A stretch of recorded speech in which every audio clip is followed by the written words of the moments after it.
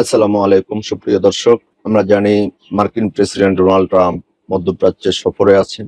সফর থেকে সৌদি আরব কাতারের সাথে বড় বড় চুক্তি করেছেন। তো এটাকে একটা নাম দেওয়া হয়েছে যে পেট্রো ডলারের বন্যায় শেষ হলো ট্রাম্পের মধ্যপ্রাচ্য সফর।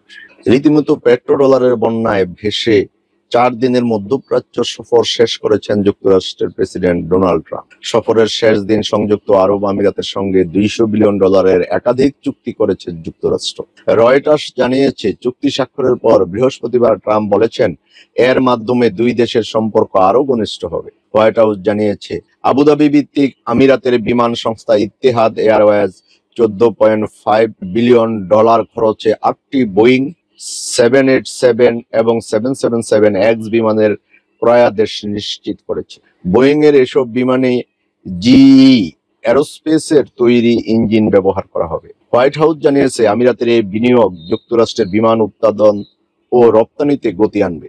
আবুধাবিতে আমিরাতের প্রেসিডেন্ট শেখ মোহাম্মদ বিন জায়েদ আল নাহিয়ানের সঙ্গে ট্রাম্পের বৈঠকে দুই দেশের মধ্যে কৃত্রিম বন্ধুমত্তা এআই খাতে সহযোগিতা বৃদ্ধির সিদ্ধান্ত নেওয়া হয়। আবুধাবির সঙ্গে ট্রাম্প প্রশাসনের এই চুক্তির আওতায় যুক্তরাষ্ট্রে আগামী 1 দশকে কৃত্রিম বুদ্ধিমত্তা প্রযুক্তি দিতে বিপুল পরিমাণ বিনিয়োগ করবে আমিরাত। মার্কিন বাণিজ্য বিভাগ জানিয়েছে, যুক্তরাষ্ট্র আমিরাত এআই এক্সেলারেশন পার্টনারশিপ নামে একটি কাঠামো গঠনে একমত হয়েছে।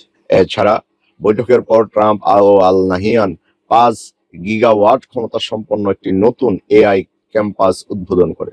যুক্তরাষ্ট্রের বাইরে এটি হবে বিশ্বের সবচাইতে বড় এআই স্থাপনা।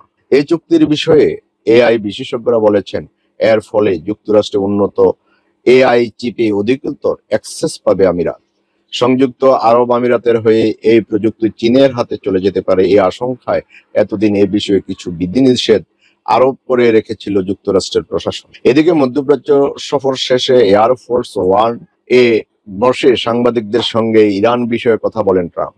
তিনি বলেন, ইরানের কাছে পারমাণবিক চুক্তির একটি প্রস্তাব পাঠানো হয়েছে এবং এখন তাদের দ্রুত সিদ্ধান্ত নিতে হবে। ট্রাম্প আরো বলেন, তারা জানে দ্রুত না এগোলে খারাপ কিছু ঘটতে পারে। ইরানের সঙ্গে দীর্ঘমেয়াদী শান্তির জন্য আলোচনা করছেন জানিয়ে ট্রাম্প বলেন, আমি মনে করি যুদ্ধ ছাড়াই আমরা একটা সমঝোতায় পৌঁছতে পারি। আসলে এখানে এই যে মধ্যপ্রাচ্য সফরটা আসলে আমার মনে হয় বাণিজ্য কেন্দ্রিক। ওই যে শিরোনাম যে পেট্রো ডলারের বন্যায় শেষ হলো ট্রাম্পের মধ্যপ্রাচ্য সফর। তারপরে সৌদি আরবের বাদশাহকে উনি বলেন, আপনি ঘুমান কেমন করে? যেমন কত পাম মারতে পারে, পাম্পের শেষ নাই। কারণ চুক্তি করো, ডলার দাও, সহযোগিতা করো। দর্শক, আজ এ পর্যন্তই। ভালো থাকবেন। আল্লাহ হাফেজ।